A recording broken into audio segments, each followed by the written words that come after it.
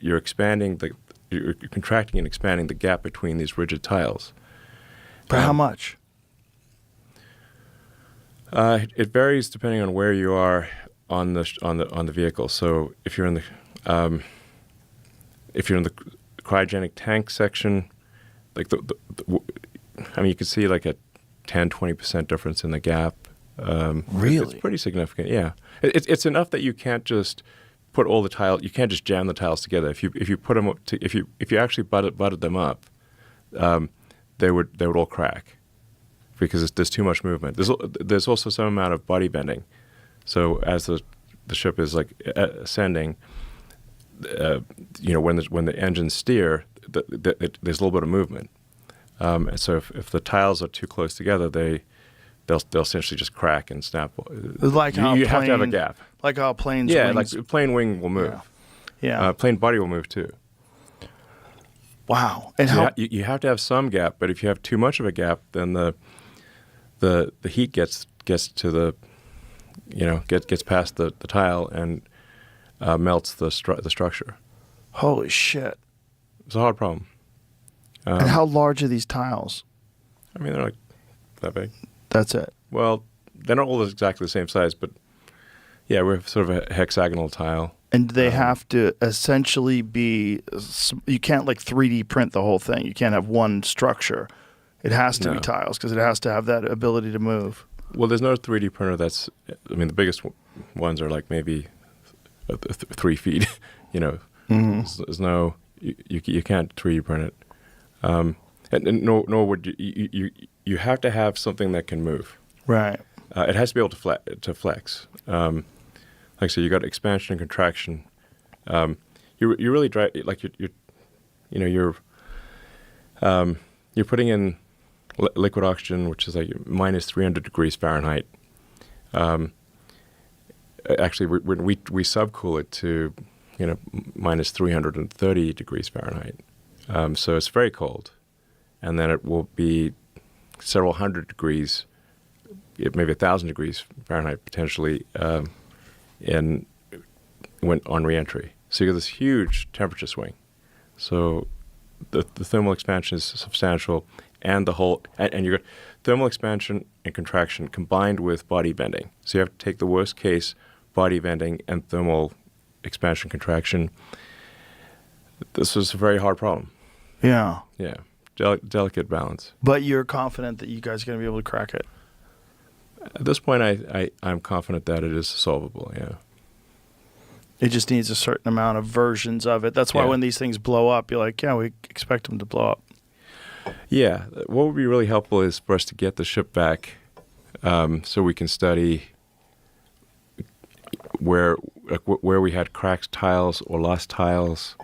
Why did we have a cracked or lost tiles? Was because maybe the tiles the gap was too big, too small. Maybe there was a height difference between the tiles. Maybe we need to change the chemical composition. We just want if we can get the damn ship back intact, we can iterate a lot better. Which we will get it back intact. So I think we'll get it back intact this year.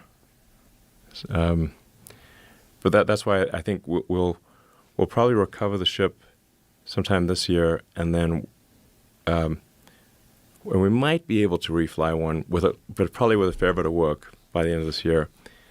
But it's going to take us many iterations before we can achieve rapid reusability, where the ship comes back, lands, gets caught like the booster with the arms, and then the arms placed it on top of the booster, and it launches again.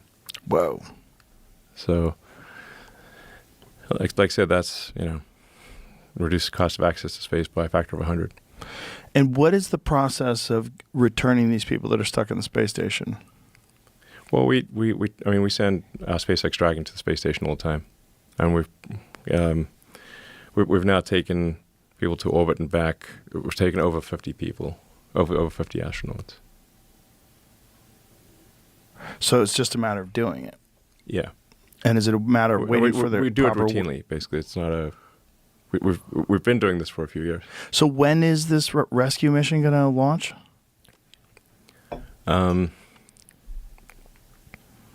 Yeah, probably about 4 weeks or so. It's depending on weather and other considerations. It's about a month away. Well, that'll be, I'm sure, a welcome moment for those poor people that are stuck up there. So yeah, take like I me. said, it's a bit of a political football, Yeah. so they're not going to complain. No, I'm sure It's they're going political to be. football, but obviously we could have brought them back way sooner. That's so fucked up. So let's take it past the point where you have these scales, you have a reusable ship, Yeah. and you've got it dialed in. Then what are the steps? What's next step after that? Is it an unmanned voyage to Mars first? Yeah. Unmanned flight to Mars. The Earth and Mars orbits synchronize every 2 years, or every 26 months, technically. So the next orbital synchronization is November of next year. So, and you can launch plus minus a month, roughly. So we'd have to launch in November or December of next year. So the default plan is to launch hopefully several starships to Mars at the end of next year. And what would they be doing? Well, at first we're just going to try to land on Mars and see if we succeed in landing. Do we succeed in landing? Like, let's say we were able to send 5 ships. Do all 5 land intact, or do we add some craters to Mars? If we add some craters, we've got to be a bit more cautious about sending people, you know. And we need to... So we're going to make sure the thing lands safely. How does it land on Mars? On rocket thrusters. So it'll just land. Oh, we'll add legs. Okay. Yeah, we'll add It'll just legs. land and Yeah. have legs, and Yeah. so it'll be remote controlled from Earth, or no, it'll just autonomous. autonomous completely. Mars is you can't remote control things from Earth because Mars too far. It's too far. Speed of light. You have speed of light constraints. So Mars at closest approach is roughly 4 light minutes, and when it's on the other side of the sun, it's